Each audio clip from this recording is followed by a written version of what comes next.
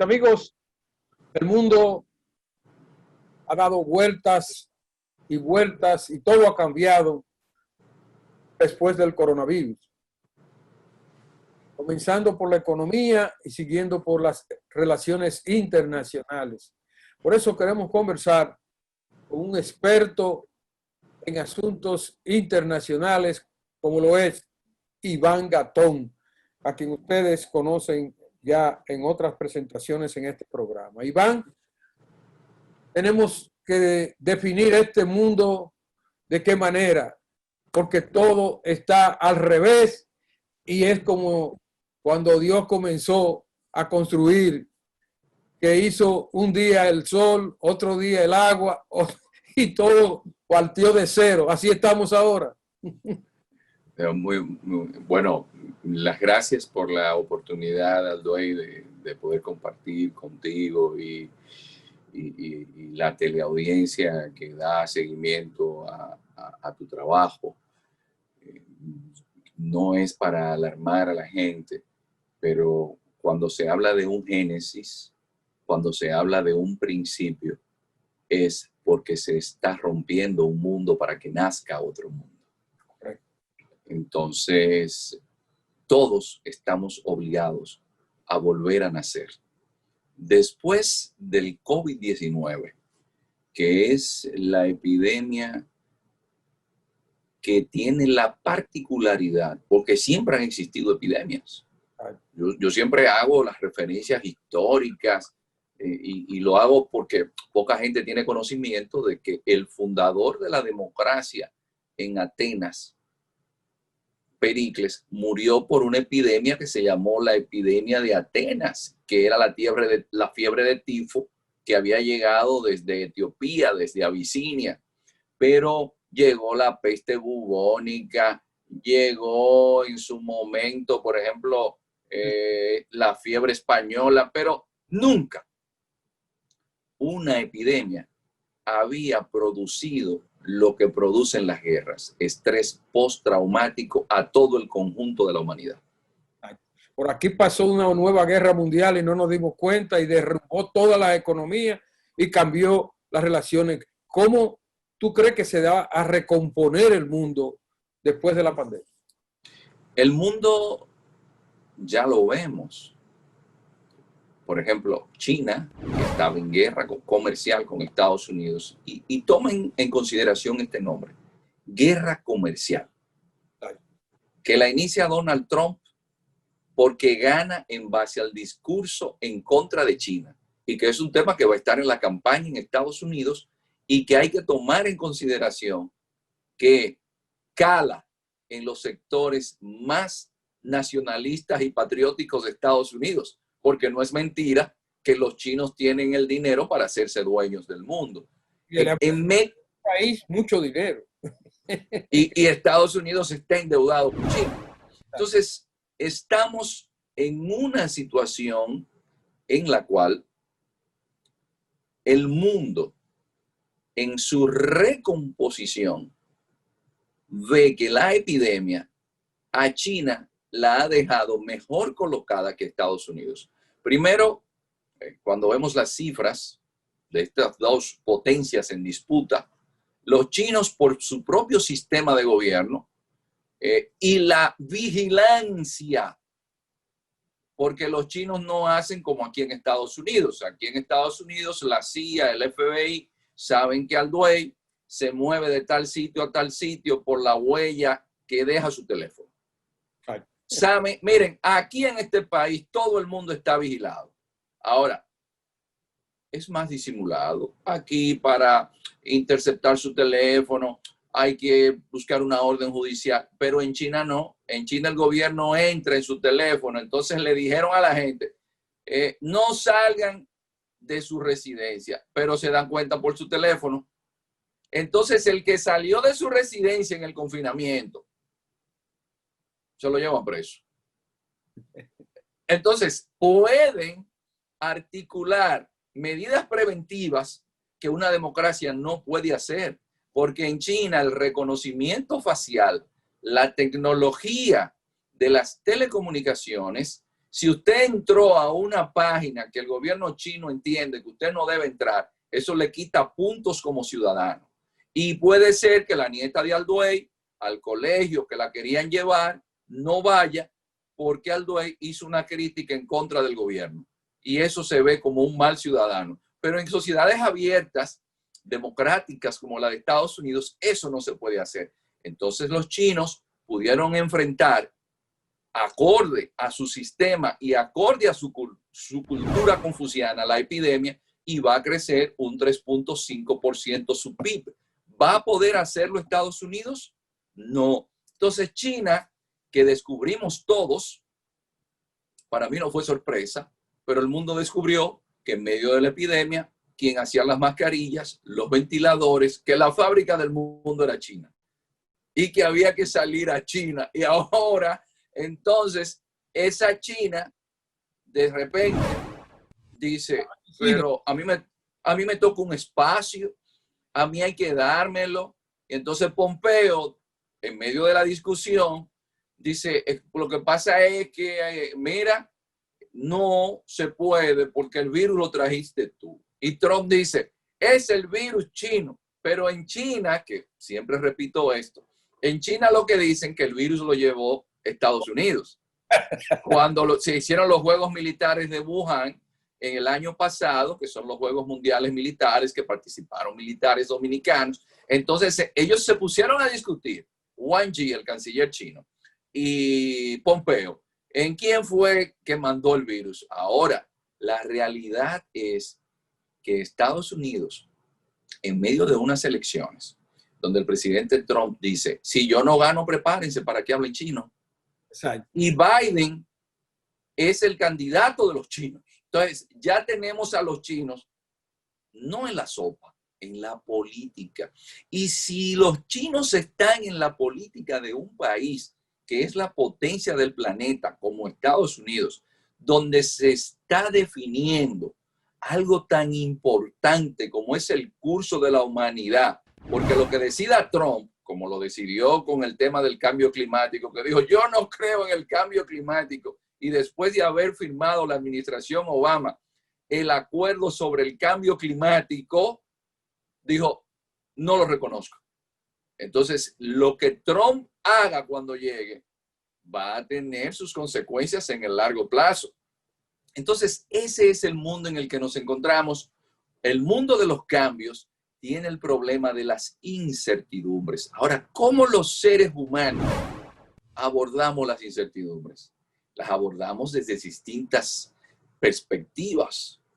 Un adulto, por ejemplo, que tiene suficiente sabiduría, cuando se le presentan dificultades, hace como hacen los chinos. El ideograma chino, que significa peligro, al mismo tiempo significa oportunidad.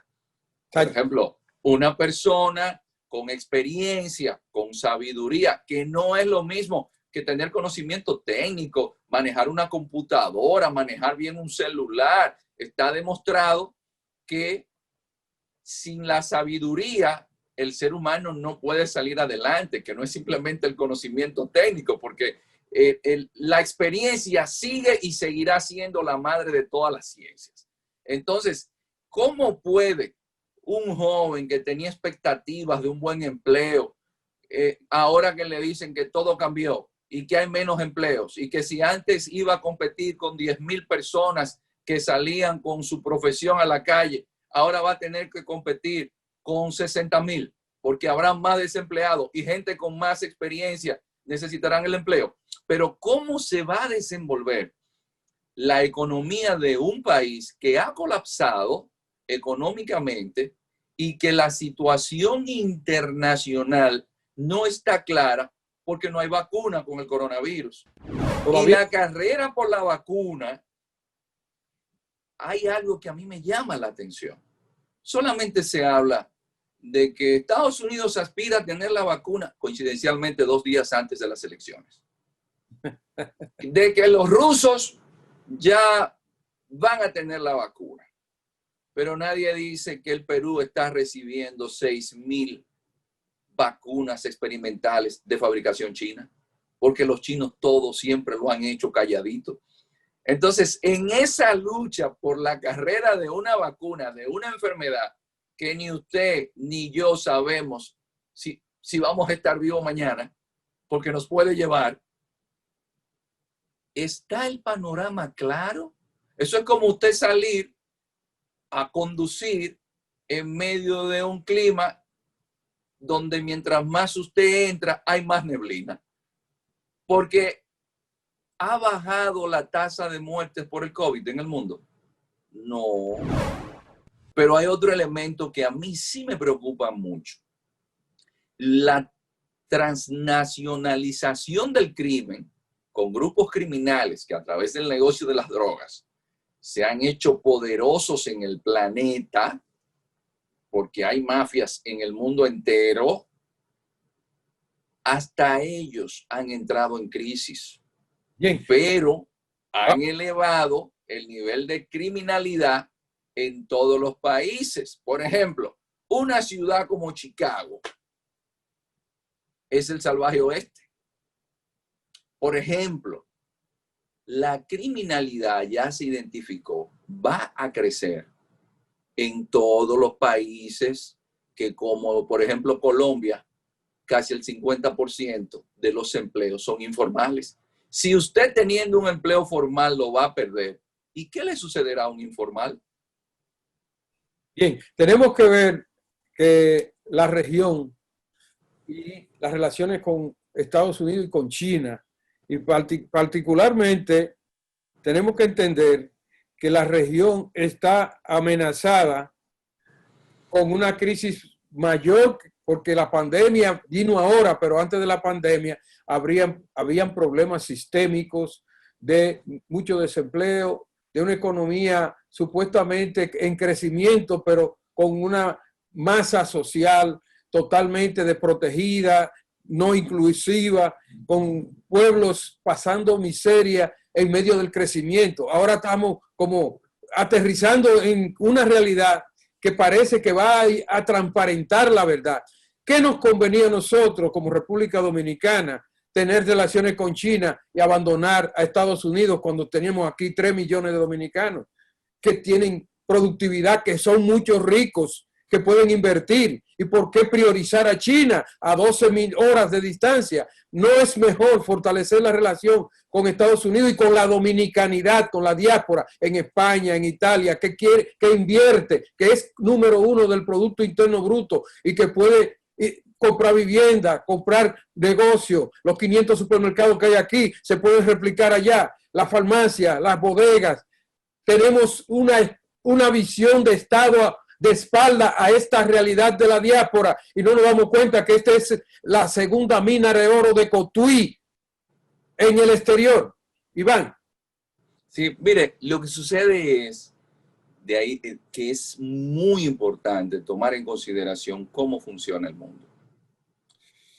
Entonces, República Dominicana, simplemente, si Estados Unidos es el que rompe las relaciones diplomáticas con Taiwán, con la diplomacia del ping-pong de Kissinger, y saca a Taiwán del Consejo de Seguridad para que sea China quien ingrese. Si Estados Unidos es que al creador del socialismo democrático de mercado de un país, dos sistemas, Deng Xiaoping, lo recibe aquí con grandes alborozos de pitos y timbales, se lo llevan a Texas, lo invitan a la Casa Blanca.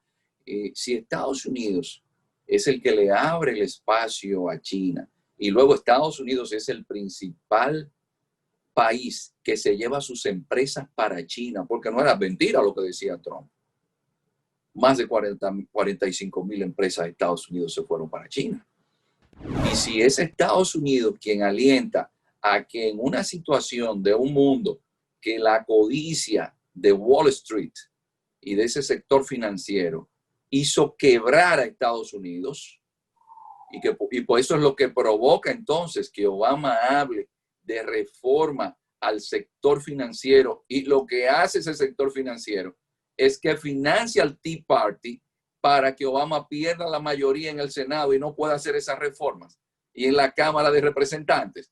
Entonces, pues fue un fracaso el modo como operó Estados Unidos frente a China, ¿sí o no? Por eso, entonces, si Estados Unidos lo hace y República Dominicana, siendo China el único país que reconoce Naciones Unidas, porque Naciones Unidas no reconoce a Taiwán, y siendo China el país que en verdad podía invertir miles de millones de dólares en República Dominicana, algo que le advertí al gobierno taiwanés en sucesivas visitas y conferencias que di allá, les decía, ustedes quieren que los políticos dominicanos se queden tranquilos con ustedes, con Taiwán. Si ustedes, Taiwán, tienen invertido 800,000 millones de dólares en China, porque los taiwaneses y los chinos pelean, pero no en lo económico, ¿por qué a ustedes no le invierten a República Dominicana 5,000 millones de dólares? Entonces, lo que sucedió fue que geopolíticamente, en un mundo interdependiente por la globalización, por la tecnología, por la multipolaridad, China, Alduey, de 192 países que hay en la Organización Mundial del Comercio, tiene superávit comercial con 175. Entonces, a mí lo que me sorprende es, porque esto es una reflexión que usted y yo hacíamos fuera del aire, ¿cómo es posible que demócratas y republicanos estén actuando como si viviesen en un país bananero? Que yo tenga que escuchar a un general estadounidense diciendo que las Fuerzas Armadas van a respetar las elecciones. Pero eso no le recuerda algo a usted, Alduey.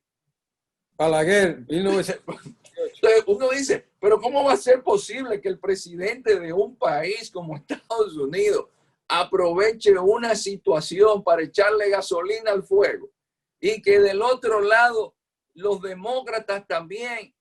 ¿Usted sabe qué sucede cuando pasa eso?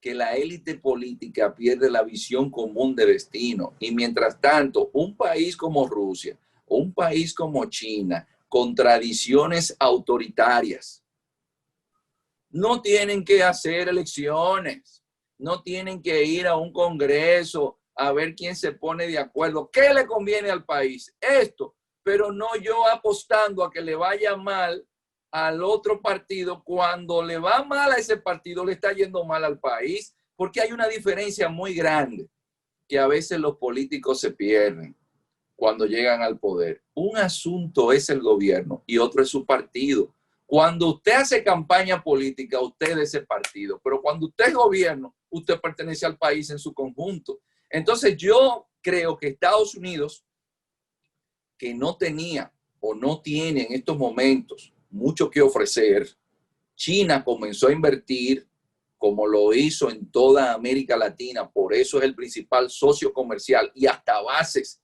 científicas tiene en Argentina. China. ¿Qué hizo? En China, bueno, la sonda, algo que no ha hecho Estados Unidos, que es enviar una sonda al lado oculto de la luna, lo hizo desde Neuquén, en la Patagonia Argentina.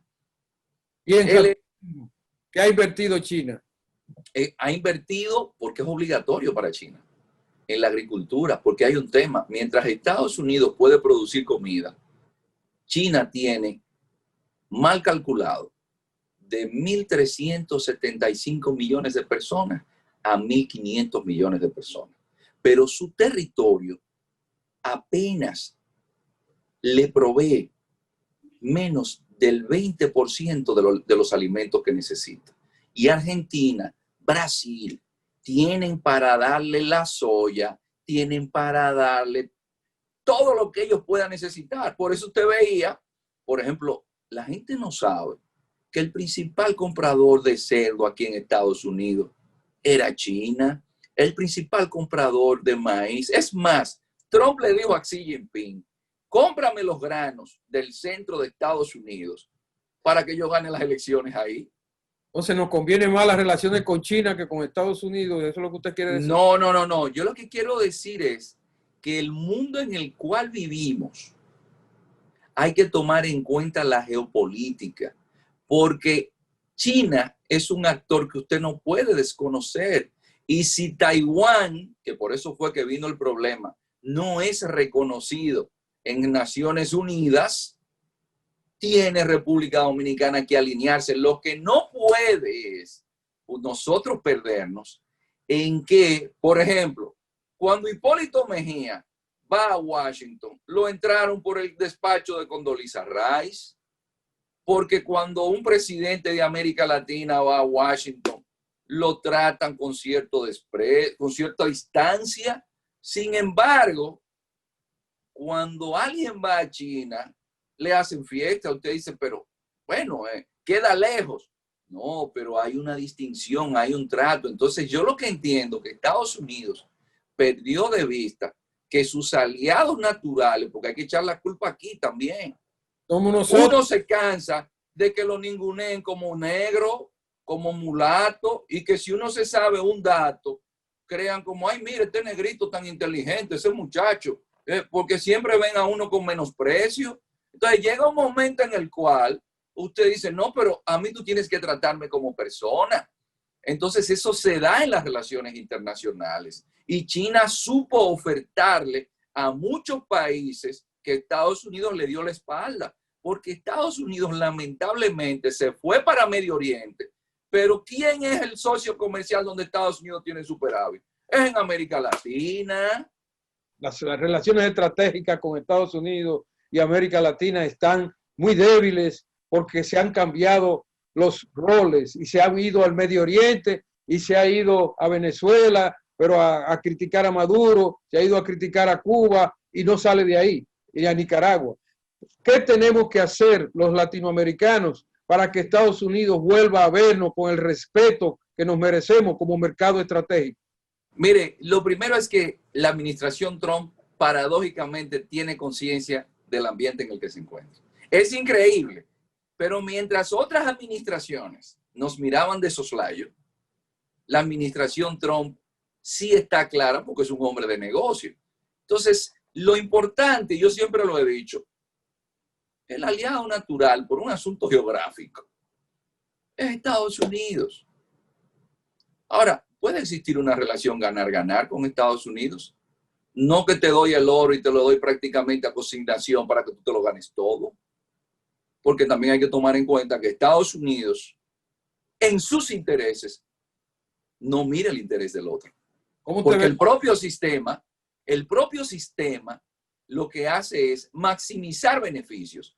Y si nosotros no le exigimos a Estados Unidos, porque eso es un tema de autoestima, de propia valía, de dignidad, nosotros debemos defender nuestros intereses y hacerle entender a Estados Unidos que también somos seres dignos, de que nuestros productos no deben ser comprados a un precio irrisorio, de que nuestra minería no debe ser para que nos dejen la contaminación, porque eso también hay que decirlo. Entonces yo entiendo que cuando nuestra clase política en Latinoamérica actúe acorde a la altura, a la talla que requieren nuestros gobernantes representando a cada una de su gente con dignidad, así nos van a tratar también en Washington. Y yo creo que eso es importante, fundamental. Si usted, mire, Alduey, hay un tema que a mí me preocupa muchísimo. La identidad de un pueblo, la autoestima, la propia valía. Cuando un ser humano reniega de dónde viene, cuando un ser humano, y eso lo dice el Quijote, que es la suma de la sabiduría, el libro más famoso, pero el que menos la gente ha leído. Y le decía a Don Quijote a Sancho, oye Sancho, cuando tú vayas a ser el gobernador de la ínsula Barataria, lo primero que tienes que hacer es no olvidar tus orígenes. Nosotros como latinoamericanos creemos que hablando Spanglish, que desconociendo del campo, del monte donde nosotros vinimos, con la huella indeleble de una chancleta samurái, con un sol, que eso no se quita nunca, con la solidaridad y el amor fraternal que casi todos disfrutamos por vivir en comunidad, no compitiendo con nadie, sino como es en los campos, que quien tiene más oportunidad, el otro lo ayuda sin importar que sea familia o no. sin ese sentimiento de dónde venimos, y no vamos a saber quiénes somos, porque vamos a estar perdidos. Entonces, eso es lo que nos da unión.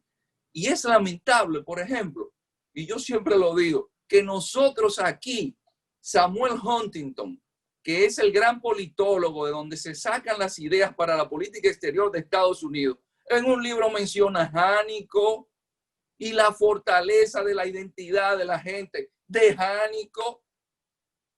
Entonces, ¿cómo es posible que el Bronx tenga la cantidad de dominicanos que tiene y no salga un concejal dominicano? Porque la mayoría de los dominicanos no van a votar por ese concejal. ¿Cómo es posible, como decía Juan Bosch, que en la República Dominicana lo que prima es, si al Duey le va bien, todos contra él, con el chisme? Porque el chisme tiene categoría de Estado en República Dominicana. Entonces, la gente de República Dominicana afirma lo que no ve y lo afirma y le agrega. Entonces, no todo el mundo, pero debemos comenzar a tener visión común de destino. Si al Duey le va bien, a mí me puede ir bien. Usted mencionaba los supermercados, la NSA, la National Supermarket Association. Pero ¿por qué son quienes son? Porque crearon una comunidad de destino y se ven todos como parte de uno.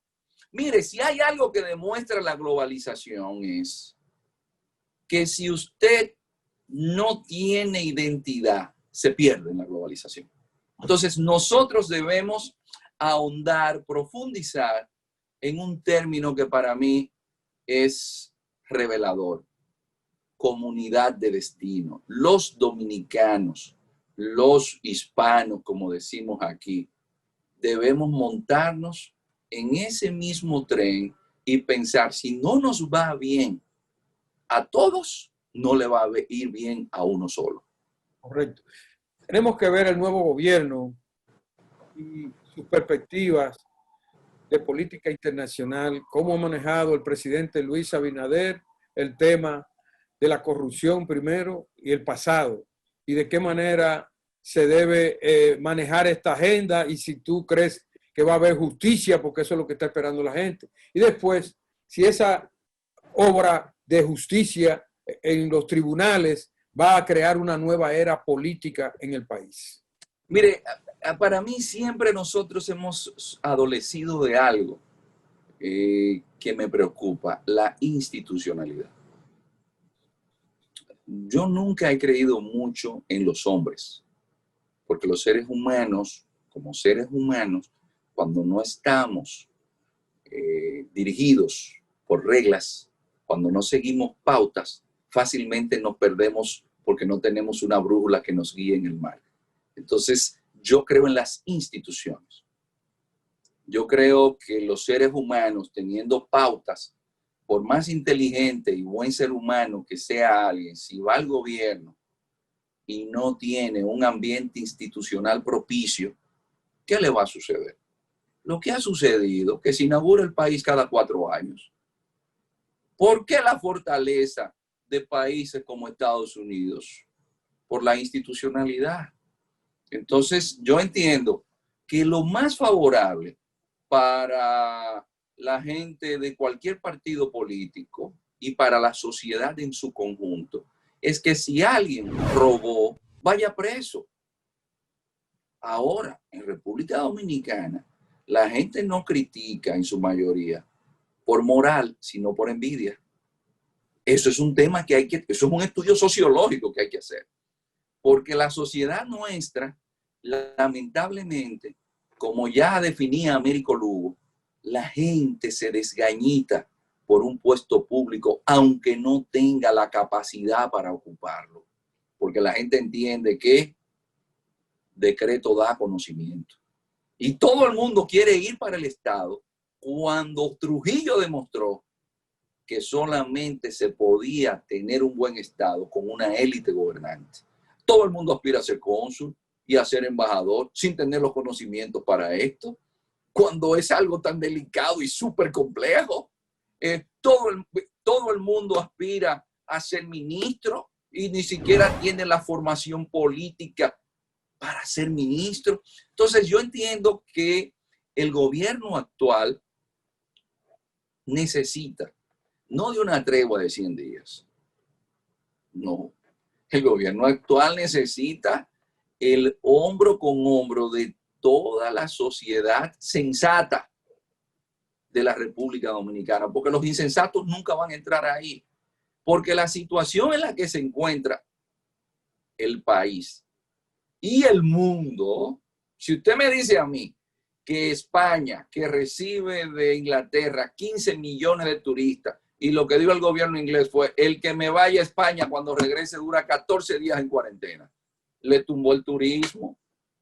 Entonces, España, que recibe 60 millones de turistas, que es un país rico con relación a nosotros, mire dónde está. ¿Qué podemos esperar en República Dominicana? ¿Qué podemos esperar en una República Dominicana que la corrupción no es solamente gubernamental? Porque siempre se habla de los políticos, pero no se habla del sector privado que ha evadido impuestos, que es el que financia a los políticos para ellos quedarse impunes. No se habla del médico que le pone un stent a Alduey y sin que Alduey lo necesite, con tal de ganarse el $500,000 de pesos poniéndole el stent, aunque Alduey se muere en el camino. Y esos son los médicos. Imagínense usted los ingenieros, porque hay un tema fundamental para el ejercicio de la política y de cualquier actividad, que es lo que yo veo con mucho pesimismo en República Dominicana: la falta de ética. Entonces, el gobierno necesita de gente ética, pero de ciudadanos éticos, porque no podemos pedirle al gobierno que se inició maravillas en medio de un mundo que los grandes se están quejando. Y cuando a Estados Unidos le da gripe, a uno mínimo le tiene que dar pulmonía, como decía Juan Bosch. Entonces, en términos de política exterior, evidentemente que son tiempos turbulentos, difíciles.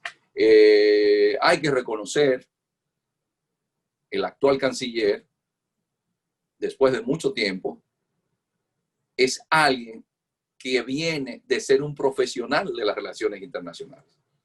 Que dicho sea de paso, su padre, don Ambrosio, fue el hombre que estuvo en la escuela diplomática de la Cancillería, es decir, fue un gran profesor. Bueno, fue profesor de uno de los profesores que nos acompaña en un curso que nosotros tenemos virtual con un instituto que es el Instituto de Relaciones Internacionales IRINA, gracias a que, bueno, tenemos gente en el Medio Oriente, Europa, incluso China. Es el embajador Alejandro Vicini, que estudió en Georgetown en los años 60, y ya don Ambrosio había sido su profesor. El canciller actual, pues un hombre que fue embajador, es decir, que no es la situación de un dirigente político que fue llevado allí. Eso es un punto positivo. Bien. Iván Gatón, quisiéramos seguir conversando ampliamente. Tú tienes mucha tela por donde cortar, pero vamos a dedicarle otro programa muy pronto a las relaciones internacionales de República Dominicana exclusivamente y el papel de estas relaciones en la crisis que estamos viviendo. Muchísimas gracias. Gracias, Alduey. Muy buenas noches. Hasta la próxima.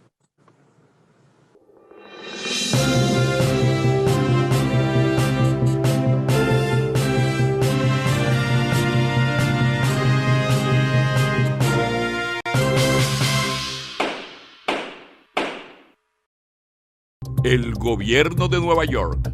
Un programa de análisis, noticias, reportajes, opiniones, entrevistas y comentarios sobre los hechos que son noticia. El Gobierno de Nueva York.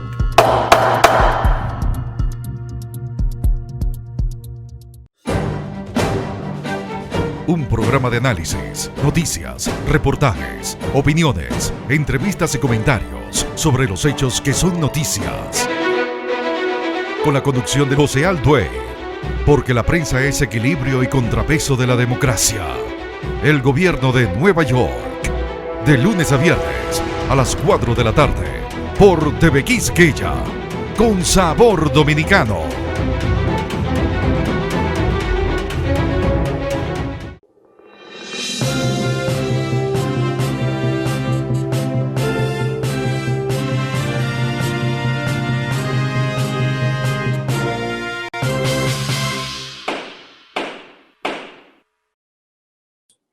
la ciudad de Nueva York tiene que afrontar con mucha cautela, pero con mucha entrega y visión la reapertura de los negocios como manera de revivir la economía y de darle vida a esta ciudad.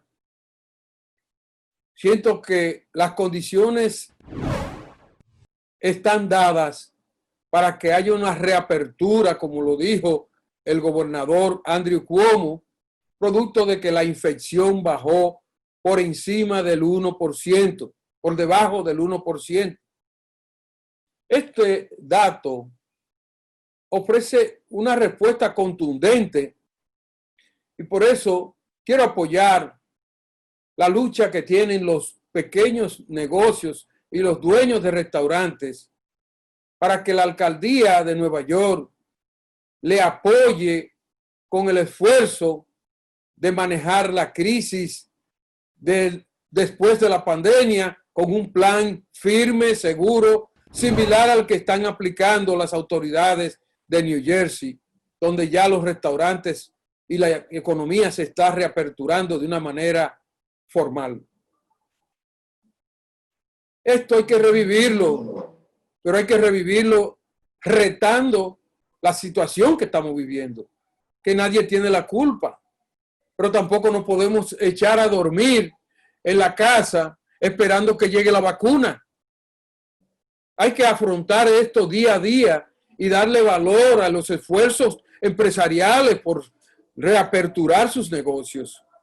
Aquí hay 27,000 restaurantes. En Downtown no se puede hablar, los negocios están todos cerrados. Sin embargo, en Midtown y en Uptown tenemos un dinamismo elocuente y tenemos una nueva vida en los negocios de restaurantes y en la venta de comidas. Eso hay que hacerlo ya, aperturarlo todo, con distancia social, sin miedo. Y si surge un contaminado, que lo veamos como algo parte de la naturaleza de esta época, vamos a encerrarlo. Se está midiendo la temperatura, se está midiendo la distancia social, se está llevando la mascarilla. Apareció un contaminado, vamos a bregar con ese caso y vamos a eliminar ese foco de infección, pero no veamos a todo el mundo con miedo y con un sentido de que nos vamos a tener que morir otra vez, señores. La ciudad de Nueva York tiene que despertar de este letargo y tiene que asumir con responsabilidad la reapertura económica, financiera, poco a poco, pero firme. No podemos dejar que nos trague la pandemia sin pandemia. No podemos tenerle miedo al miedo. Los negocios que están abriendo, hay que darle mayores flexibilidad, señores, y dejar que la gente respire, porque también estamos mirando que los negocios están recibiendo muchas multas, mucho acoso en una situación tan difícil.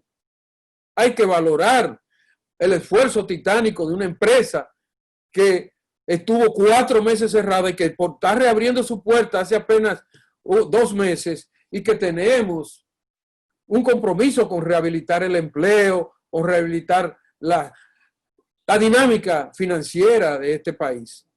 Tenemos que sacudirnos y creo que las autoridades, los concejales, tienen que acercarse a los dueños de negocios y discutir sus estrategias de una manera personalizada.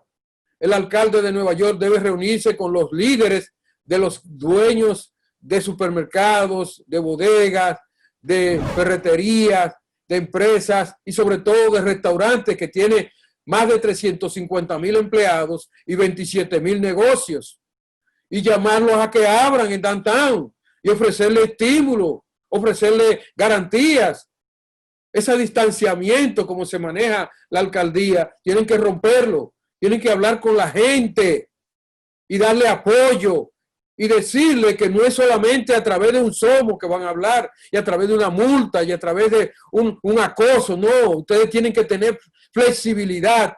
Son humanos que están en una situación incómoda, difícil, tratando de darle vida a esta nación golpeada como ninguna otra por la crisis de la pandemia. Quiero hacer este llamado a las autoridades porque creo que hace falta comunicación más fluida. Hay que hablar con los dueños de negocios y ver qué condiciones ellos estiman que pueden ser las mejores para su reapertura, cómo se está haciendo con las escuelas, con los maestros, con los profesores, con los padres que tienen ya un protocolo establecido. Se va a abrir la escuela presencial y a distancia y se le está dando un nuevo estilo de vida a los jóvenes, a los niños. Vamos a empujar todos y cuando aparezca un problema no nos podemos volver locos tampoco, porque esto no lo mandó Dios, esto no es un problema de nadie en particular. Y todas las pandemias han pasado por este mismo proceso, eso no es nuevo. Hasta que se normalice la situación cuando aparezca la vacuna. Señores, seamos conscientes de que estamos en un mundo convulsionado por una crisis que es de la naturaleza, aunque muchos quieran decir que la mandaron de un laboratorio. Yo me resisto a creer que esas sean la forma de analizar una pandemia. Además, buscar el origen de una pandemia es como buscar el origen de la vida y de la muerte. Nadie lo va a encontrar. Lo que tenemos que buscar es la medicina, los sistemas de protección de la salud, fortalecer nuestra medicina, fortalecer nuestro sistema sanitario, fortalecer la ciencia, proveer soluciones y caminar paso a paso como quien comienza de cero de nuevo a reconstruir el mundo que lo tenemos patas arriba. Bendiciones. Hasta la próxima.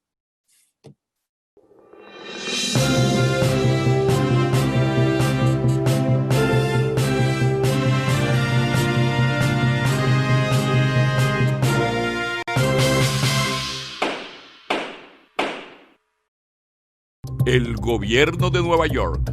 Un programa de análisis, noticias, reportajes, opiniones, entrevistas y comentarios sobre los hechos que son noticia. El Gobierno de Nueva York.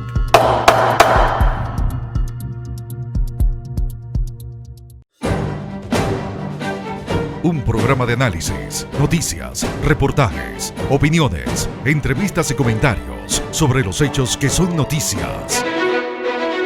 Con la conducción de José Altuve, porque la prensa es equilibrio y contrapeso de la democracia. El Gobierno de Nueva York, de lunes a viernes a las 4 de la tarde, por TV Quisqueya, con sabor dominicano.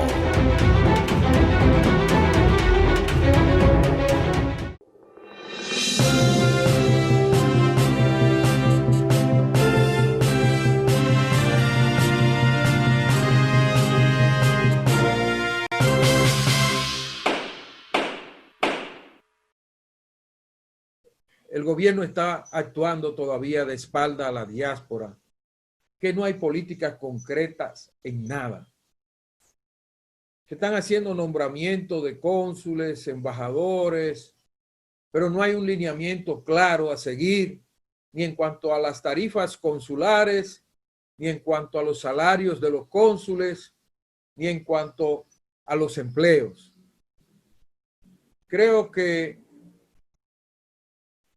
hay que entender que se está en un proceso todavía de comienzo, de estructuración del poder allá con los nuevos funcionarios, pero se sigue quedando en la cola, como siempre pasa, la diáspora. Por ejemplo, para no ir más lejos, en Nueva York se nombró solamente al cónsul y no se ha dicho nada en función de si se va a mantener las mismas políticas salariales, de que el cónsul se hace prácticamente de una fortuna desde el primer mes que pisa ahí. No se sabe cuántos vicecónsules oficialmente, se habla de que vienen 5 nuevos vicecónsules, pero no se sabe, hay incertidumbre allí con el personal, si se va a poner un personal nuevo, si van a cancelar el personal viejo. En fin, todo está por verse. Mientras tanto, hierve de rencor y de preocupación el Partido Revolucionario Moderno, donde según las informaciones que escucho y veo publicadas en las redes, están a punto hasta de desalojarlos del local que tienen en el Bronx, porque no tienen ni siquiera dinero para pagar la renta.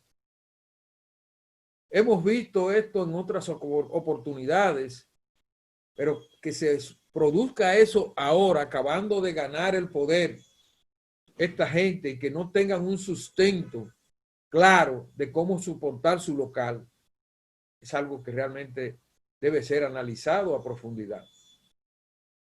Porque los partidos políticos tienen sus mecanismos para sustentar la renta, pero es algo que muchas veces lo hacen recaudando fondos entre los mismos dirigentes, haciendo colectas y tratando de sustentarse.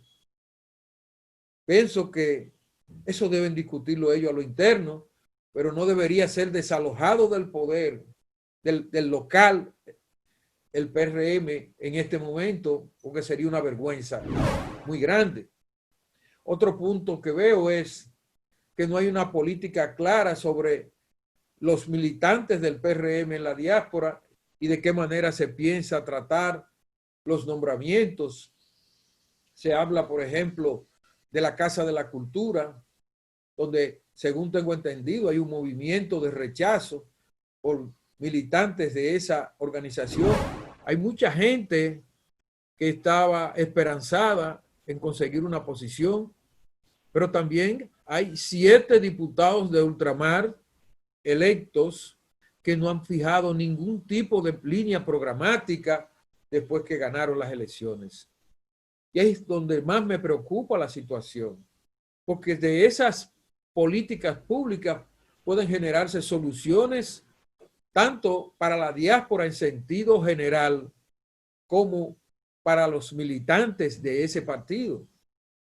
¿Cuáles son las líneas de trabajo en términos de préstamos, de banca solidaria, de emprendedores que quieran emprender sus negocios? ¿O cuál es la línea de trabajo con los jóvenes de la diáspora, expertos en diplomacia, en mercadeo y ventas, que pudieran vender servicios del país en el exterior, como la agropecuaria, como el turismo? Entiendo que la diáspora está llamada a jugar un papel estelar en cualquier gobierno, pero que siempre se le ignora y solamente se le llama a la hora del voto, a la hora de utilizarla como una base que la pisan y siguen corriendo. Entiendo que esto tiene que terminarse. La diáspora tiene que jugar un papel activo en el desarrollo de la República Dominicana. Pero esto no depende de un individuo ni de un partido. Esto depende de la voluntad política de todo un gobierno y de toda una nación. Y siento que está todo muy frío y que todo se está quedando en el marco de una estructura gubernamental burocrática, políticas públicas sin definir y que todo marche igual. Aquí hay que definir hasta el papel de la Junta Central Electoral y aquí hay que definir todo lo que son derechos y deberes del ciudadano del exterior, que, como he dicho antes, son marginados en términos de la asignación de pensiones a todo el que trabajó, a todo el que hizo su trabajo. Hay que darle una pensión, hay que darle una compensación por su pago de impuestos en el país. Pero también he abogado por una política pública salarial decente para los cónsules y para los empleados de los consulados, no que se les genere un cúmulo de botellas sin ningún sentido, cuando hay formas de compensar a esos militantes dándole dinero para que emprendan negocios si no hay espacio para ellos en la administración pública. Creo que una visión de institucionalizar el Estado tiene que comenzar por ahí. Tiene que comenzar por dar ejemplos desde arriba y romper con esa política de enriquecimiento brutal del cónsul y abandono total de la gente abajo a salarios de miseria o a ninguna participación en el poder. El Estado da para mucho. El Estado da más de lo que quizás se pudiera pensar, porque todas esas cantidades de miles y miles de millones que se han llevado en los bolsillos todos estos cónsules pudieran ser invertidas, una parte en el desarrollo de empresas para los pequeños emprendedores de la diáspora, como lo está haciendo las MIPYMES en la República Dominicana, y otra parte para desarrollar programas sociales en favor de todos los ciudadanos. Todos estos son elementos que quiero dejar en claro, porque aquí no ha venido ningún cambio todavía. Aquí no ha llegado nada. Aquí no ha llegado la menor esperanza, la menor expresión de un cambio de gobierno, y todo lo que se ha hecho allá sin pensar en nadie aquí. Y yo sostengo que aquí hay muchos recursos y que aquí hay una visión muy diferente del dominicano, que aunque no quiere ser un gasto para el Estado, sí puede ser un aportador en beneficio de su persona y del país. Porque una cosa es venir con una botella a un consulado, a una embajada, y otra cosa es tener la capacidad de generar inversiones en el país, generar negocio, y que a ese ciudadano se le den facilidades para invertir en el país, si quiere poner un hotel, si quiere poner una clínica, si quiere poner un colegio privado, si quiere poner una escuela, que se tome en cuenta que ese ciudadano tiene muchos años viviendo fuera del país y que ha hecho aportes a través de las remesas que le hacen merecedor de un tratamiento especial, no como un inversionista cualquiera, como un turista cualquiera. Entiendo también que en el turismo y en este momento de la diáspora y de la pandemia COVID-19, el dominicano puede ser el primer turista en ingresar al país porque está obligado a ver a sus familiares. En estos próximos 3 meses, donde normalmente viajan 300,000 dominicanos a ver sus familiares, quizás por la pandemia no van a viajar tantos, pero sí por encima de ese temor está el deseo y la solidaridad con sus familiares, tanto enviándoles más recursos como visitando. Entonces, ¿por qué el secretario de Turismo no trabaja con las agencias locales de Nueva York y del resto del exterior, que son los que han llevado por los últimos 40 años el turismo a través de los viajes desde Nueva York, desde Italia, desde España hacia la República Dominicana, haciendo turismo criollo, que es muchas veces el que más dinero deja al país? Mientras un turista puede gastar 150, 200 dólares diarios, el dominicano va y en 2 semanas gasta 5 y 4 mil pesos y hasta más, dependiendo de su capacidad. Y si dura un mes, ya usted sabe. Entonces, estimular el turismo dominicano en este momento es vital para la economía. No digo que sea malo lo que ha hecho el gobierno de incentivar lo que acaba de hacer el presidente en Pedernales, que anunció inversiones en más de 3,000 habitaciones que se van a construir allí, un aeropuerto. Eso está bien, pero ese es el macroturismo, el megaturismo del país, que no va a estar trabajando por ahora, porque él mismo dicho, en 2 años y medio van a estar listas esas habitaciones.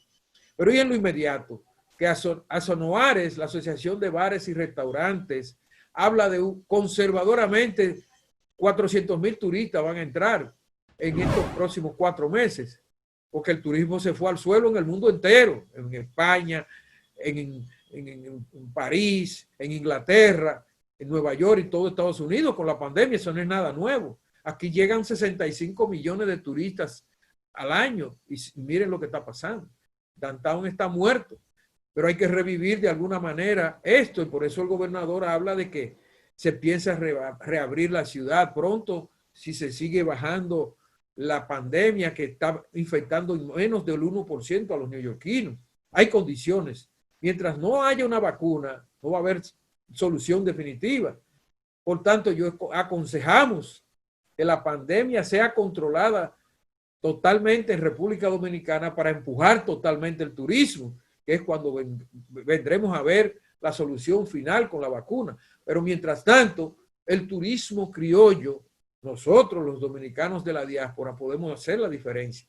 Por eso entiendo que también el turista cercano a nosotros también se puede contagiar, porque no estamos solos. Hay muchos dominicanos casados con cubanas, con cubanos, con boricuas, con afroamericanas, con americanos, y eso va a ir creando una conciencia de volar hacia el país.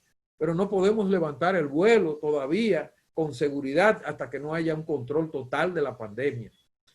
De todas maneras, creo que debe mirar el gobierno con fuerza, con mayor interés, la diáspora como meta de desarrollo nacional dentro de los próximos 4 años, y estamos esperando a ver qué va a suceder con la administración, tanto no solamente en turismo, con el nuevo secretario David Collado y el nuevo presidente Luis Abinader, sino con todo el sector privado, que debe juntarse con la empresa privada, los médicos, los empresarios, los dueños de supermercados en todo Estados Unidos, y crear un gran